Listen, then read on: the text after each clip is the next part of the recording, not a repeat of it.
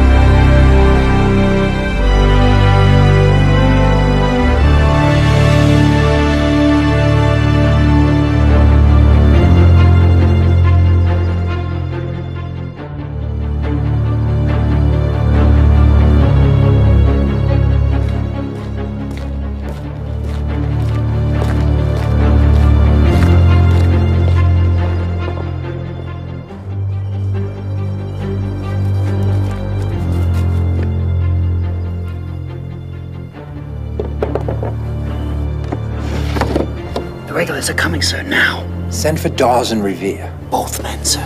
We'll send one by land and one by sea. But the regulars are coming by sea, sir. If there were other routes, we would take them too. God willing, one will make it.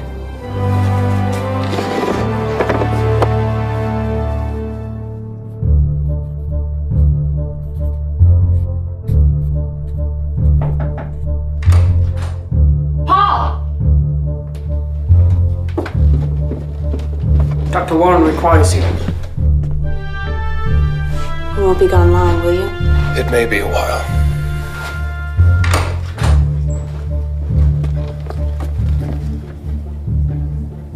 Daddy.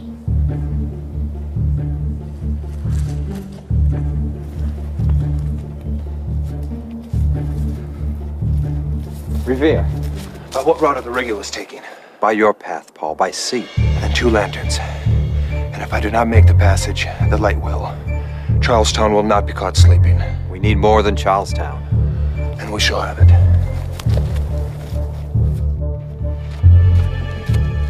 I need Larkin's horse. What are they doing? They plan to take Messrs. Hancock and Adams in Lexington, and to destroy our weapons in Concord.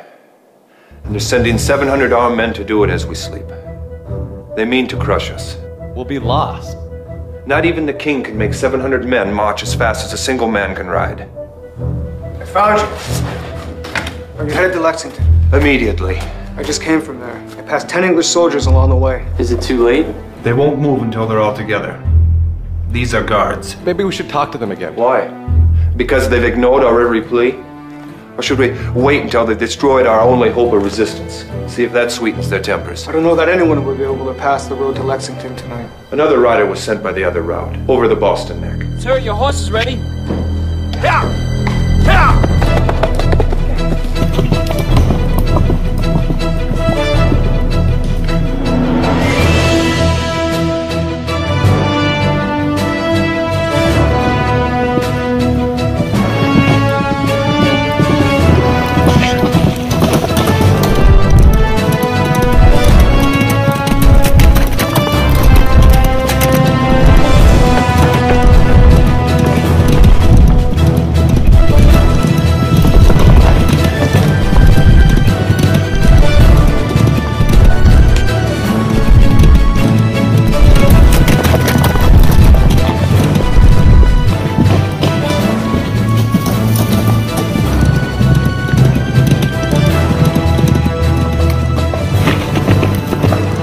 Redcoats are coming! The Redcoats are coming! Wake up your men and bring them to Lexington at once! Wake up! The regulars are coming! Wake up and be a free man or liberty dies tonight! Redcoats are coming! The Redcoats are coming! What's that racket? What assassins come in the middle of the night? The regulars. Look at the gun.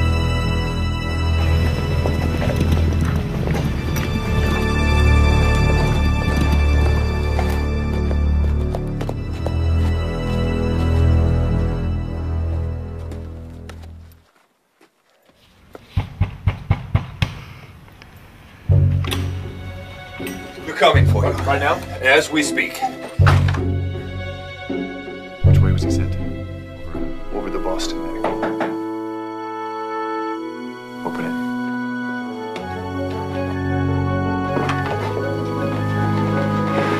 Dawes. Hancock. Thought you were taken. Revere. Heaven smiles on us tonight. It's the morning that concerns me. They haven't reached Concord yet, but I believe we shall.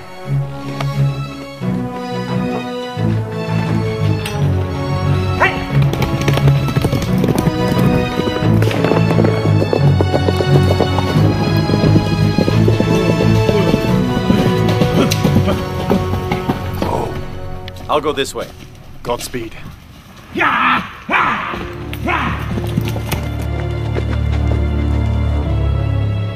You! Get off your damned horse! Enough.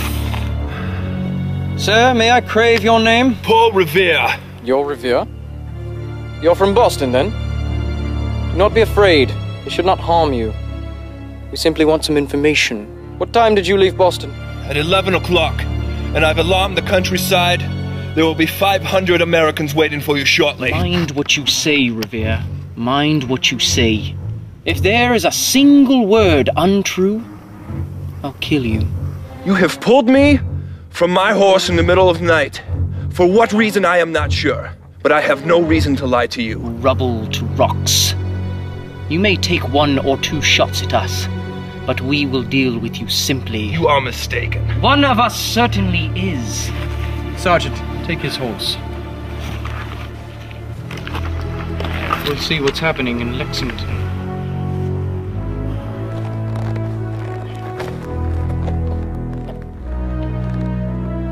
Why are you doing this? You love our industry, which fattens your pocketbooks. But is that what it means to be an American? Why do I rise before dawn to go to my work? And why do I go to bed only long after the sun has set? I do not labor for you. I labor for freedom. Nothing but freedom is worth this price. And that is why tonight we are going to show you how much we are willing to pay. I am willing to give my life. I have surrendered it many times over tonight. And I am willing to surrender it as many times more as God allows I may. What the hell was that? A signal, sir. From people who do not like you to more of the same. Damn it! I don't have time for this! Let's go!